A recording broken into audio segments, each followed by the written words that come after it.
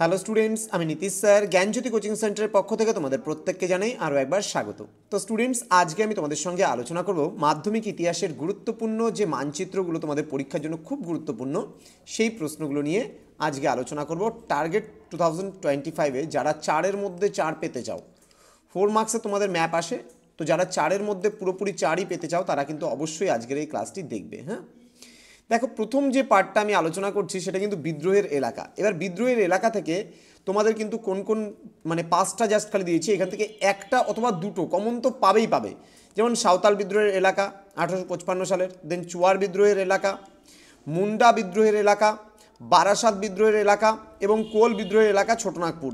এই কয়েকটা প্রশ্নের মধ্যে, অর্থাৎ এই যে 5টা প্রশ্ন আমি তোমাদের দিলাম ম্যাপ পয়েন্টিংয়ের, এই 5টা প্রশ্ন খুব ভালো করে করবে।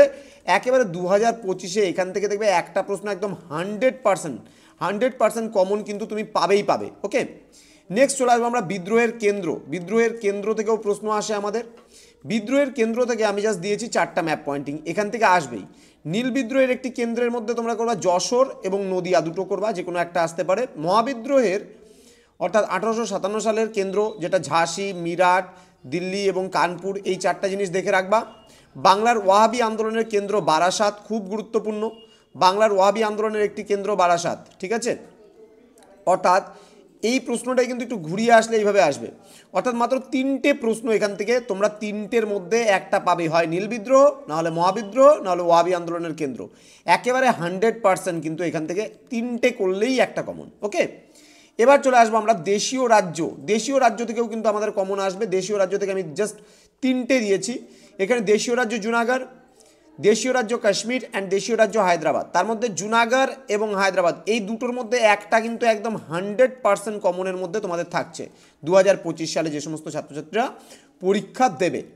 এবং সর্বশেষ আমাদের যেটা রয়েছে পুনর্গঠিত রাজ্য, ভেরি ইম্পর্টেন্ট। পুনর্গঠিত রাজ্যের মধ্যে দুটো দিয়েছি, একটা হচ্ছে পুনর্গঠিত রাজ্য গুজরাট, আর একটা হচ্ছে পুনর্গঠিত রাজ্য মহারাষ্ট্র। এই দুটোর মধ্যে কিন্তু একটা আসবে 100%। তো এই যে মাত্র আমি এখান থেকে দুটো প্রশ্ন দিলাম পুনর্গঠিত রাজ্য থেকে, তোমাদের দেশীয় রাজ্য থেকে দিলাম দুটো, আর বিদ্রোহের কেন্দ্র থেকে দিলাম 3টে, আর হচ্ছে তোমাদের বিদ্রোহের এলাকা থেকে দিলাম হচ্ছে 5টা। এই মাত্র 10-12টা প্রশ্ন দেখলেই তোমাদের কিন্তু 100% কমন তোমরা পেয়ে যাচ্ছ। তো তোমরা যদি ভাবছো যে আমাদের কাছে অনলাইনে তোমরা যুক্ত হবে, পরবর্তী যখন তোমরা ক্লাস 11-এ উঠবে তখন যদি যুক্ত হতে চাও, আমাদের নাম্বারটা অবশ্যই সেভ করে রাখো। জ্ঞানজ্যোতি কোচিং সেন্টার অফিসিয়াল নাম্বার 6295916282 এবং 7076398606 নাম্বারে।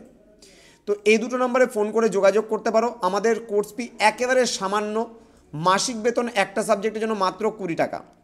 তো এই সিস্টেমে আমাদের পড়ানো হয়। তো সময় নষ্ট না করে তোমরা অবশ্যই নাম্বারটা সেভ করে রাখো, লিখে রাখো যে স্যার আমাদের নেক্সট ইয়ার থেকে যদি অ্যাডমিশন নিতে চাও বা ইতিহাস পড়তে চাও, ভূগোল পড়তে চাও, যে কোনো সাবজেক্ট আমাদের আলাদা টিচার রয়েছে, তার জন্য তোমরা অনলাইনে চাইলে পড়তে পারো।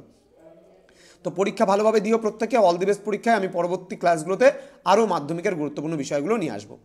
Thank you so much, thanks for watching after all, thank you.